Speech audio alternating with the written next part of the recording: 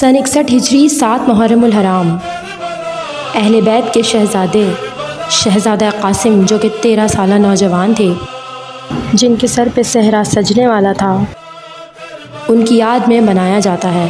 7 محرم الحرام وہ دن ہے جب یزید نے دریائے فرات کا پانی امام حسین اور ان کے ساتھیوں پر بند کر دیا تھا۔ امام حسین اور ان کے ساتھی 3 دن کے پیاسے تھے۔ 7 محرم الحرام کا دن تھا۔ علی اکبر نے فجر کی اذان دی اور ظہر کے وقت قافلے میں مولا حسین کے ساتھ جو لوگ موجود تھے، اون محمد، شہزادہ قاسم، علی اکبر اور مولا عباس۔ اون محمد جنگ کی طرف جاتے ہیں اور واپس نہیں آتے، شہادت پا لیتے ہیں۔ اب باری ہے شہزادہ قاسم کی۔ شہزادہ قاسم مولا حسن اور ام فروہ کے اکلوتے بیٹے تھے۔ شہزادہ قاسم جنگ میں جانا چاہتے ہیں اور جو کہ 3 دن کے پیاسے تھے، اپنی ماں ام فروہ سے اجازت لیتے ہیں۔ ان کی ماں اجازت دے دیتی ہیں اور کہتی ہیں کہ مولا حسین سے پوچھ لو۔ مولا حسین جو کہ ان کے چچا ہیں، ان کے پاس جاتے ہیں اور کہتے ہیں کہ چچا حسین، اب میں جنگ میں جانا چاہتا ہوں۔ چچا حسین کہتے ہیں کہ ابھی تم صرف 13 سال کے ہو، تم نوجوان ہو، میں تمہیں جنگ میں جانے کی اجازت نہیں دیتا۔ تم میرے بھائی حسن کے اکلوتے بیٹے ہو، میں تمہیں کھونا نہیں چاہتا۔ شہزادہ قاسم فرماتے ہیں کہ میں اپنے بابا کا کردار ادا کرنا چاہتا ہوں، آپ مجھے جنگ میں جانے کی اجازت دیجیے۔ مولا حسین کہتے ہیں، نہیں قاسم، میرے پیارے قاسم، یہ مجھ سے نہیں ہوگا، میں تمہیں جانے کی اجازت نہیں دے سکتا۔ مایوس ہو کر واپس ام فروہ کے پاس آتے ہیں اور کہتے ہیں کہ چچا حسین نے اجازت نہیں دی۔ ام فروہ ان کو ان کے ہاتھ پہ بندھا تعویذ دکھاتی ہیں اور کہتی ہیں کہ چچا حسین کو یہ دے دو۔ تعویذ لے کر چچا حسین کے پاس آتے ہیں۔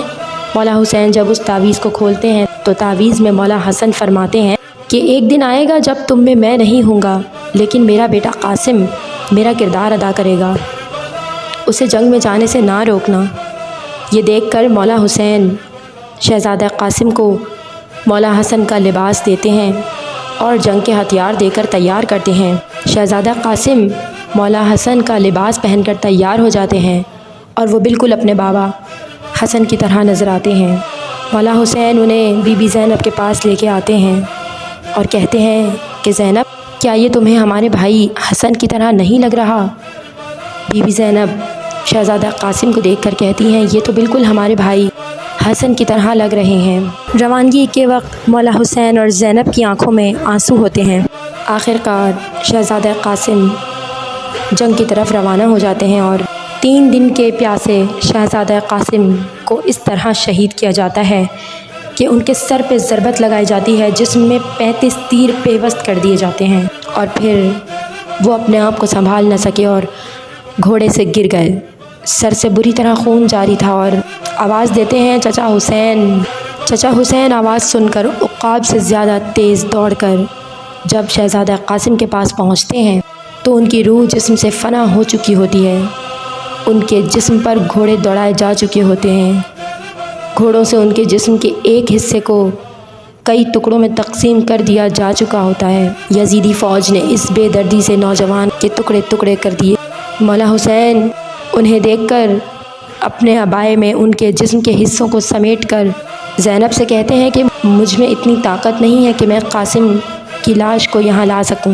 بی بی زینب فضا اور آمنہ کو ان کے پاس بھیجتی ہیں مدد کے لیے اور پھر مولا عباس اور ساتھیوں کے ساتھ مل کر شہزادہ قاسم کی لاش کو خیمے تک لے آتے ہیں۔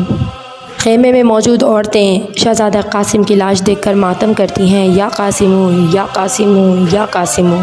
شہزادہ قاسم اہل بیت کے وہ شہزادے ہیں جن کو 13 سال کی عمر میں شہادت ملی اور ان کی یاد میں 7 محرم الحرام کو مہندی نکالی جاتی ہے۔